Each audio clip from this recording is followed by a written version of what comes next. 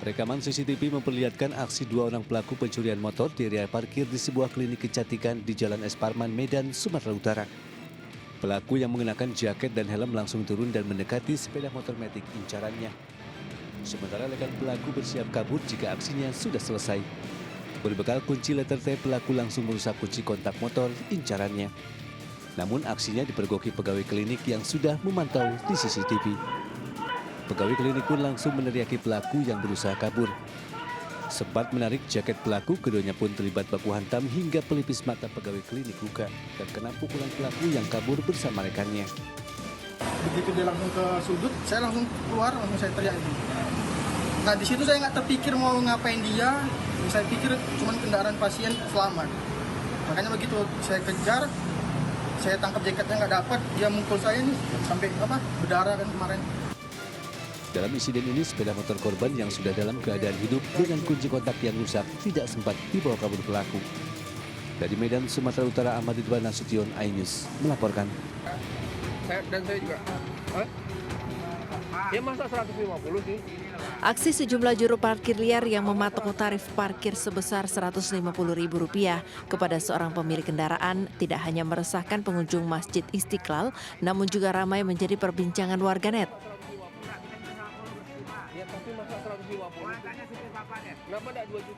Dikutip dari sebuah akun Instagram, aksi nekat juru parkir liar tersebut terjadi tepat di depan Masjid Istiqlal, Sawah Besar, Jakarta Pusat. Pemilik kendaraan yang menolak untuk membayar tarif yang sangat fantastis sempat terlibat perdebatan sengit dengan sejumlah juru parkir liar. Kendati belum diketahui pasti kapan peristiwa terjadi, namun hingga Minggu sore ternyata masih ada saja pengunjung Masjid Istiqlal yang dikenai tarif parkir fantastis. Maya, salah satu pengunjung asal Jambi, mengaku semula hendak parkir di sekitar Monas dengan tarif sebesar Rp100.000. Karena tak masuk akal, Maya dan keluarganya akhirnya pindah ke Masjid Istiqlal sembari melaksanakan sholat asar. Rupanya oleh juru parkir liar, Maya kembali dimintai uang parkir sebesar Rp50.000. Terus tadi ke Monas juga dimintain 100.000. Terus yang pas kesini kan mau sholat sebentar kan, dimintain 50.000. Terus saya debat lah kan sama yang kan parkir pakai baju apa tuh. Ujungnya minta 30. Tanggapannya Bu dengan parkiran kayak gini? Kita ditindaklanjutin lah gimana nih kan kayak gini nih kan. Tunggu lihat masuk ya. Para pengunjung berharap ada langkah nyata dari petugas terkait seperti kepolisian dan dinas perhubungan untuk menindak tegas para juru parkir liar yang kerap meresahkan warga dengan mematok tarif semaunya dan tidak masuk akal.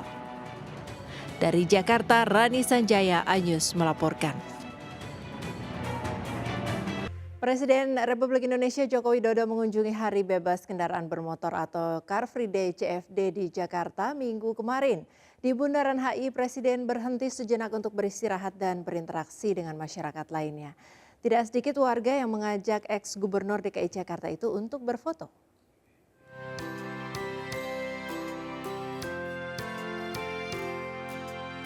Presiden Joko Widodo yang mengenakan kaos berwarna putih ini keluar dari komplek Istana Kepresidenan menggunakan sepeda kayu lengkap dengan helm sepeda berwarna merah.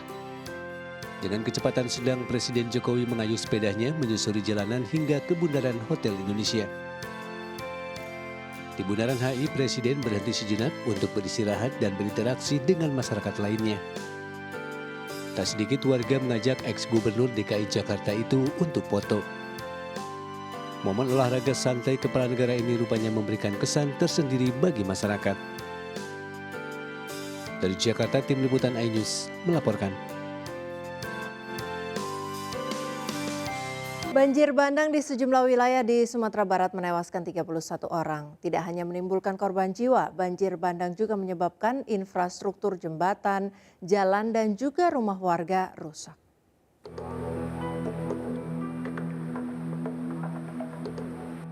Jalan utama yang menghubungkan Padang Bukit Tinggi, tepatnya di Lembah Anai, putus total diterjang banjir bandang yang terjadi dalam satu malam. Intensitas hujan yang cukup tinggi mengakibatkan air sungai Batang Anai meluap dan mengikis pondasi jalan serta menghancurkan kawasan wisata. Karena jalan putus, arus lalu lintas dari Padang ke Bukit Tinggi atau sebaliknya dialihkan ke jalan alternatif Malalaka, Maninjau, dan Solok. Banjir bandang dan tanah longsor di Kabupaten Tanah Datar, Kabupaten Agam, dan Kota Padang Panjang menyebabkan 45 orang luka-luka dan 31 orang meninggal dunia. 15 diantaranya masih dalam pencarian. Terdata masih 28 dari tadi pagi, tadi siang, dan sore ini baru saja kita dapat info sudah 31 dan kita berharap tidak bertambah lagi. Tetapi pastinya yang 15 warga kita yang hilang itu kemungkinan juga sudah meninggal. Tetapi kita tidak akan berandai-andai kecuali nanti ada fakta yang ditemukan.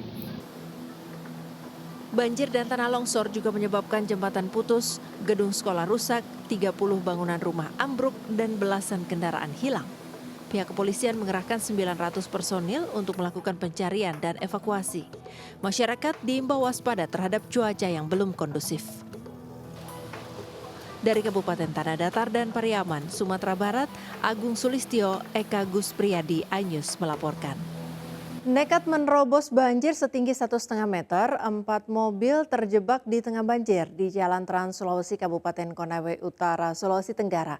Sementara pengendara lain harus mengantri berhari-hari dan membayar ratusan ribu rupiah untuk bisa menyeberang dengan rakit darurat.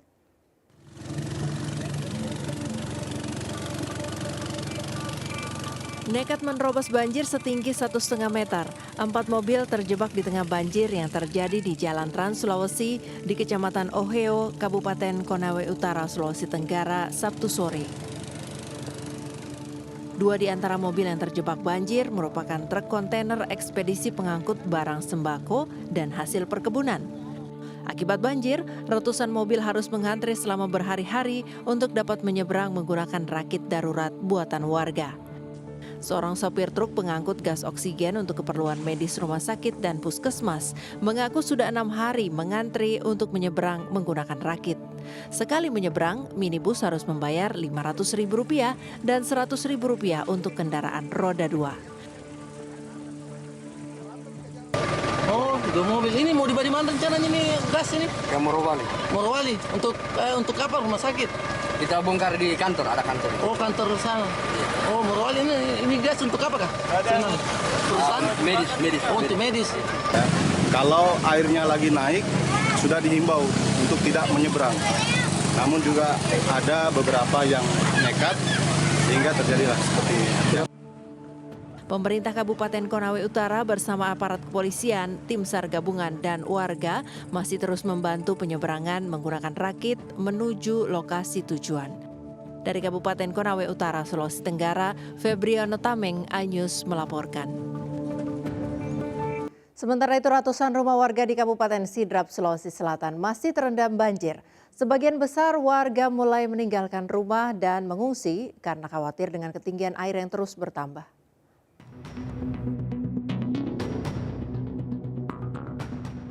Hingga kini banjir masih merendam ratusan rumah warga di Kelurahan WTE, Kecamatan Pancalautang, Kabupaten Sidrap, Sulawesi Selatan. Luapan air danau Sindereng terus meluas hingga ketinggian air yang merendam pemukiman warga mencapai 2 meter. Banjir akibat luapan air danau Sindereng sudah terjadi sejak sepekan terakhir, membuat warga memilih untuk mengungsi dan meninggalkan rumah mereka. Pak, kalau di dalam itu ketinggian air sudah berapa meter, Pak? Mungkin ada 2,5 meter di situ, Pak, di Arusalo. Lebih tinggi air di situ daripada di sini, Pak. Oh, Pak, kabarnya sudah ada beberapa warga yang tinggalkan rumahnya. Kenapa, Pak? Takut naik air atau gimana? Takut karena ketinggian air, Pak. Jadi dia pergi mengungsi. Lebih seperti itu, Pak, ya? Iya. Meski berada di tengah kepungan banjir, tidak sedikit warga yang masih memilih bertahan di rumah-rumah mereka. Warga hanya bisa berharap pemerintah segera mengambil langkah untuk menanggulangi banjir yang terjadi hampir setiap tahunnya. Dari Sidrap, Sulawesi Selatan, Erwin Eka Pratama, iNews melaporkan.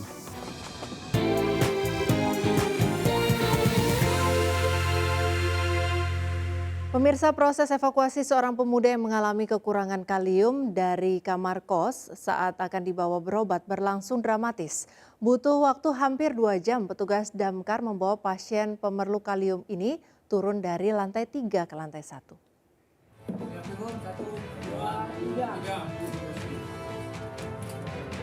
Proses evakuasi Patwin Yosen Nolan Wicaksono oleh tim rescue damkar sektor Tambora berlangsung dramatis. Petugas yang berjumlah 7 orang harus melakukan estafet menuruni anak tangga rumah kos di kawasan Jembatan Besi, Jakarta Barat. Bahkan tandu yang membawa tubuh pria berusia 29 tahun ini harus dalam posisi didirikan. Karena sudut tangga yang sempit ditambah bobot tubuh pemuda yang memiliki berat badan 100 kg. Butuh waktu hampir 2 jam petugas membawa pasien pemerlu kalium ini turun dari lantai 3 ke lantai 1. Kita turunkan dari lantai 3 ke lantai 1. Kendala yang kami temukan di lokasi, gangnya, anak tangganya itu sangat ngepras sekali dengan peralatan kami. Jadi kami menurunkan menggunakan tandu basket dari anak tangga ke anak tangga.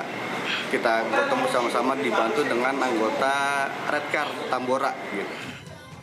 Patwin diketahui menghubungi petugas rescue damkar karena tubuhnya lemah karena kekurangan kalium. Usai dievakuasi, pasien kemudian dibawa ke RSUD Kembangan, Jakarta Barat untuk menjalani perawatan. Dari Jakarta, Miftahul Gani, iNews melaporkan. Petugas gabungan dari Basarnas Unit Borobudur Damkar dibantu relawan dan TNI Polri berhasil mengevakuasi seorang pendaki yang terjatuh ke dalam jurang sedalam 150 meter di Gunung Andong, Magelang, Jawa Tengah. Diduga korban kelelahan dan terjatuh ke jurang. Beruntung, korban selamat meski mendapatkan luka di beberapa bagian tubuhnya.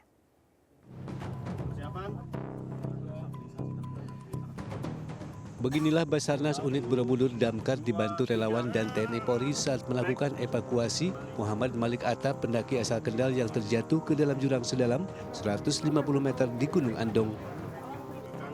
Petugas dengan sigap berhasil mengevakuasi korban dengan keadaan selamat meski korban mengalami luka dan patah tulang di bagian kaki. Diduga korban terjatuh saat hendak turun dari pendakian lantaran sudah berhasil mencapai puncak. Saat sampai di lokasi kejadian, korban kelelahan dan terperosok hingga jatuh ke jurang sedalam 150 meter. Proses evakuasi pun tidak semudah yang dibayangkan. Curamnya medan membuat para petugas dan relawan mengalami sejumlah kendala. Kalau tadi informasi dari saksi teman korban yang bersama naik korban di kelelahan juga tadi pagi, terus mungkin korban kelelahan, terus mungkin ngantuk juga, terus korban terjatuh ke belakang. Saat dievakuasi sadar atau gimana? Izin tadi korban masih bisa diajak komunikasi, masih normal masih. Setelah berhasil dievakuasi, korban pun langsung dilarikan ke rumah sakit daerah Salatiga untuk mendapatkan perawatan intensif. Dari Magelang, Jawa Tengah, Puji Hartono, iNews melaporkan. Pasca kecelakaan bus maut di Subang, Jawa Barat, pihak Yayasan SMK Lingga Kencana akhirnya angkat bicara. Pihak yayasan menyebut bus yang digunakan dalam kegiatan wisuda di Bandung dalam kondisi layak. Pihak Yayasan SMK Lingga Kencana akhirnya muncul dan memberikan penjelasan terkait kecelakaan maut rombongan siswa SMK Lingga Kencana di Subang, Jawa Barat, Sabtu malam. Pihak yayasan menyebut jika kegiatan tersebut merupakan kegiatan wisuda yang sudah menjadi agenda tahunan yang telah disepakati orang tua siswa. Total peserta yang ikut dalam 3 bus berjumlah 157 orang, 28 diantaranya merupakan pihak guru. Pihak yayasan menyebut jika bus yang digunakan dalam keadaan baik. Awalnya sih kami sudah merasa cukup layak untuk memberangkatkan dengan di sini. Pertimbangannya apa Bu cukup layak? Ya alhamdulillah yang 2 bis baik-baik aja sih. Kemarin yang berangkat 157, gurunya ada 28, siswanya ada 122. Ya. Itu acara apa sih Bu? Itu acara perpisahan. Pihak yayasan saat ini masih fokus untuk menangani para korban yang masih menjalani perawatan, baik di rumah sakit di Depok maupun yang dirawat di rumah sakit di Subang. Kecelakaan maut bus tersebut menewaskan 11 orang dan puluhan orang terluka. Dari Depok, Jawa Barat, Yung Rizky, iNews melaporkan. Komite Nasional Keselamatan Transportasi KNKT menyoroti sistem pengereman dari bus maut PO Putra Fajar yang menewaskan 11 siswa SMK di Jalan Raya Ciater, Subang.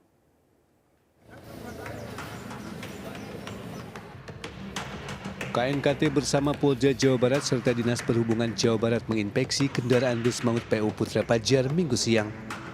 Dalam inspeksi ini, KNKT fokus terhadap sistem pengereman dari bus yang juga diakui oleh supir bahwa sesaat sebelum kecelakaan sistem remnya bermasalah. Selain itu, adanya perubahan spesifikasi dari bus biasa menjadi bus high-deck juga disoroti oleh KNKT. Perubahan ini bisa saja mempengaruhi kelimbungan kendaraan. Kemudian KNKT juga mengecek terkait sistem keselamatan lainnya, seperti sabuk pengaman dan rangka dari bus yang dirasa tidak bisa melindungi penumpang ketika terjadi benturan. Kenapa terjadi banyak korban? Sabuk pengaman terpasang apa tidak? Nah, terus perubahan-perubahan ini pengaruhnya terhadap stabilitas seperti apa? Masalah rangka bis, harusnya kan rangka bis ini kalau kebalik dia harus melindungi manusia yang di dalamnya, tapi deformasinya ruang keselamatan atau survival space-nya menjadi berkurang, menjadi kritis. Sementara terkait hasil inspeksi ini, KNKT tidak bisa memastikan kapan bisa keluar. Menurutnya, data dari inspeksi ini perlu dikalibrasi dengan data lainnya, seperti data wawancara dengan sopir. Dari Subang, Jawa Barat, Rudi Setiawan, iNews melaporkan. Sopir bus maut Sadira kini kondisinya telah stabil namun harus menjalani perawatan di RSUD Subang. Sadira mengaku sebelum kecelakaan terjadi sempat memeriksa dan memperbaiki kondisi rem saat istirahat makan sore di rumah makan.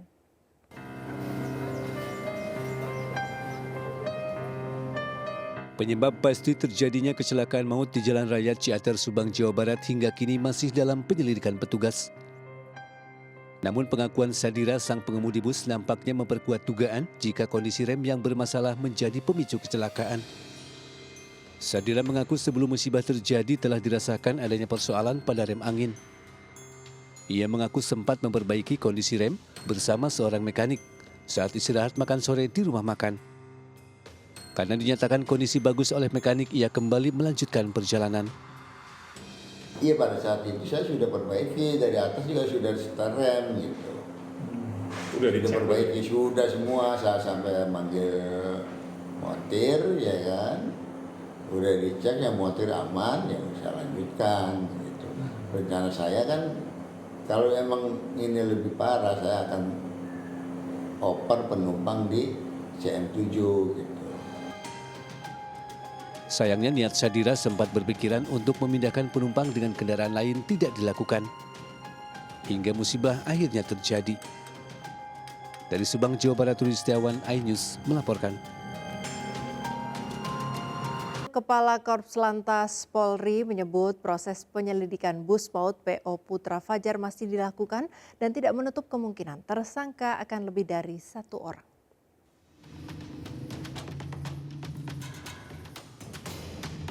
Kepala Korps Lalu Lintas Irjen Pol Aan Suhanan meninjau langsung lokasi kecelakaan maut yang menewaskan 11 orang di turunan Ciater, Subang.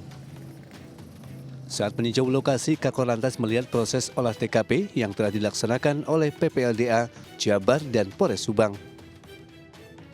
Terlihat di lokasi kejadian sudah diberikan pola susunan kecelakaan terjadi, mulai dari bus remblong dan menabrak minibus lalu terguling hingga menabrak 3 sepeda motor. Dalam kasus kecelakaan ini, polisi sudah memeriksa puluhan saksi awal sesaat setelah kejadian. Dan berdasarkan informasi itu, polisi mengantongi data awal jika bus mengalami remblong.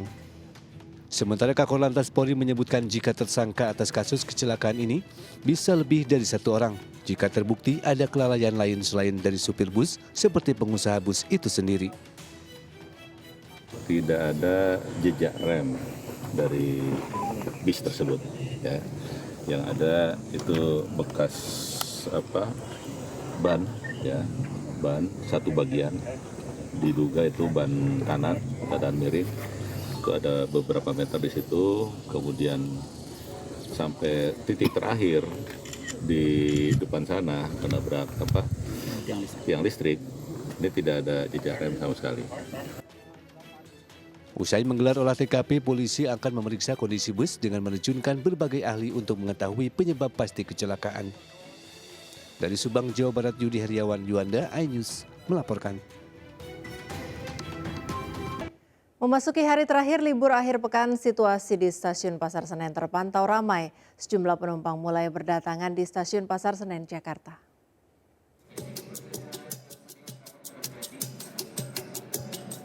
Berdasarkan pantauan di Stasiun Pasar Senen, Jakarta pada hari terakhir libur akhir pekan terpantau ramai.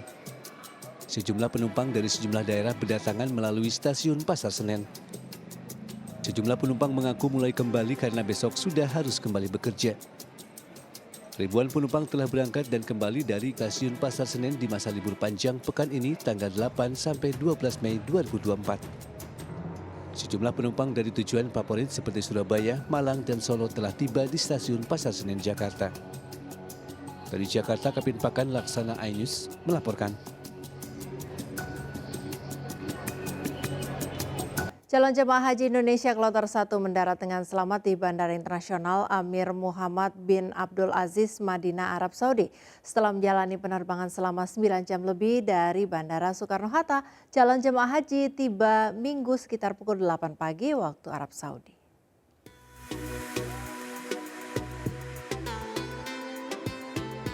Wajah-wajah gembira terpancar dari raut jemaah haji Indonesia setelah keluar dari gate fast track Bandara Internasional Amir Muhammad bin Abdul Aziz, Madinah, Arab Saudi.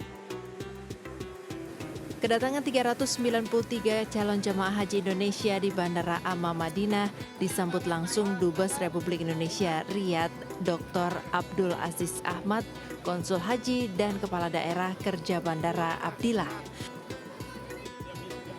Penerbangan yang cukup melelahkan selama 9 jam lebih dari Bandara Soekarno-Hatta seolah sirna begitu mereka tiba di Bandara Amma Madinah. Dari kloter 1 calon jemaah haji Indonesia ini tercatat ada 79 jemaah lanjut usia. Dari Madinah, Arab Saudi, Andrianto Ainus melaporkan. Calon jemaah haji asal Indonesia kini dapat memanfaatkan fast track, sebuah fasilitas pengurusan dokumen haji dan keimigrasian yang lebih cepat. Hadirnya layanan ini mendapatkan apresiasi dari Kementerian Agama yang dinilai memudahkan dan mempersingkat waktu calon jemaah haji.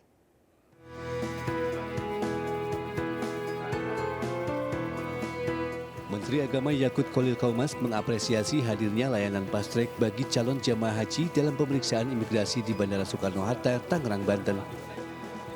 Layanan fast track menyingkat banyak waktu karena dilakukan tak lebih dari 2 menit.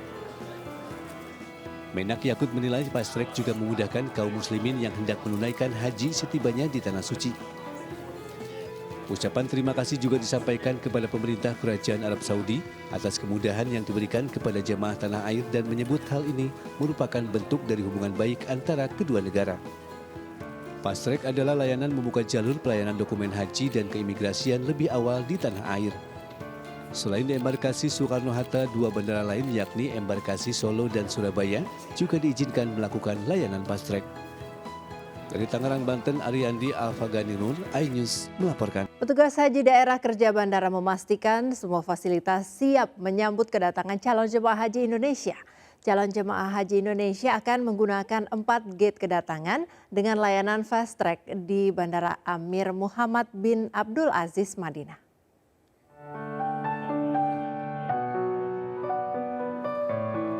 Empat gate kedatangan yakni gate fast track menyambut kedatangan calon jemaah haji Indonesia. Jemaah haji yang menggunakan layanan ini akan langsung diarahkan ke bus usai proses imigrasi dan pemeriksaan barang kabin. Selain 4 pintu kedatangan internasional, jalur atau rute kedatangan jemaah haji dan fasilitas layanan bagi jemaah haji, khususnya jemaah lansia dan difabel juga dipastikan sudah siap.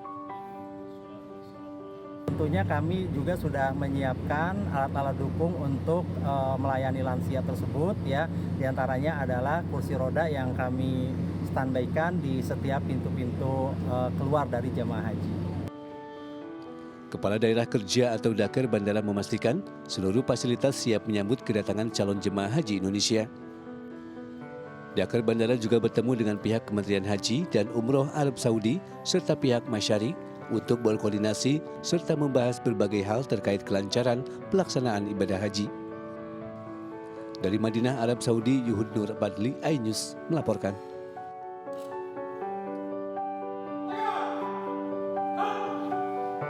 Pemirsa, kawasan wisata Pantai Batu Losa di Kabupaten Mamuju, Sulawesi Barat menyimpan pesona alam.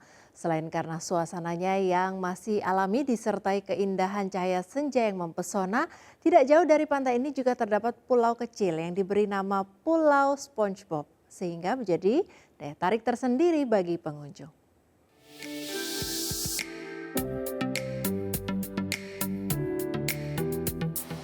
Inilah salah satu surga tersembunyi di Desa Tapandulu, Kecamatan Simboro, Kabupaten Mamuju, Pantai Batu Losa. Kawasan wisata alam ini memiliki panorama alam yang masih sangat alami dan memanjakan mata.